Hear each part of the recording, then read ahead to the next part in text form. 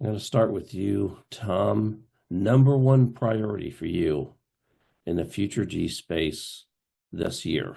Yeah, number one. So yeah, how do you choose your favorite child? Uh, Right on. I think the biggest area that we're looking into that's kind of captured the 6G movement that's happening right now is this concept of integrated sensing and communications. So Hmm. ISAC, as we call it. So this is turning our networks into sensors.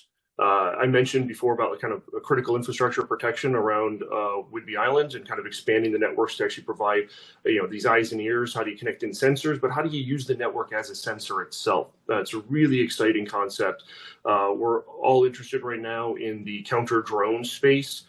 So watching all of the rapid developments of drone warfare, how do we make sure we're utilizing as much advanced technology as we can to protect the homeland, protect our own critical infrastructure, and the fewer devices that you have to deploy and the fewer communication and systems you have to network together in order to provide that. Well, if you can dual purpose your networks for other reasons like sensing, it's a huge advantage for us. So we just launched we had our inaugural ISAC Strategy Summit. That was U.S. industry, the Defense Department, the interagency across the United States, as well as some key allies and partners that we brought in to think about how can we make sure that we're investing in the right technologies, the right motivation for industry to run forward with this technology. Because I think it's a mix of radios, of spectrum, the networks, artificial intelligence, microelectronics. All these are coming together in order to provide this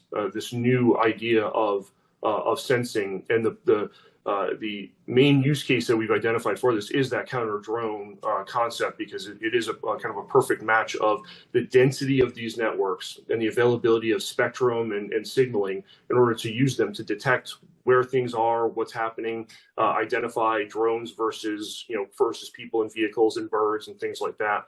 So we are running hard with pulling together our resources to provide some funding in the near future for how we're going to scale this out in a way that's going to prove it, help offset the investments that are required in order to make a scalable sensor network in the near future. One of the other aspects of this that I want to bring up, though, is since this is a commercialized global technology, it also provides significant threats to DoD operations. And so the other aspect of it, not just how do we use ISAC for our own purposes, but how do we make sure that we understand what our adversaries might be able to do with this technology versus U.S. operations. So there's an offensive and a defensive posture that we've got to take.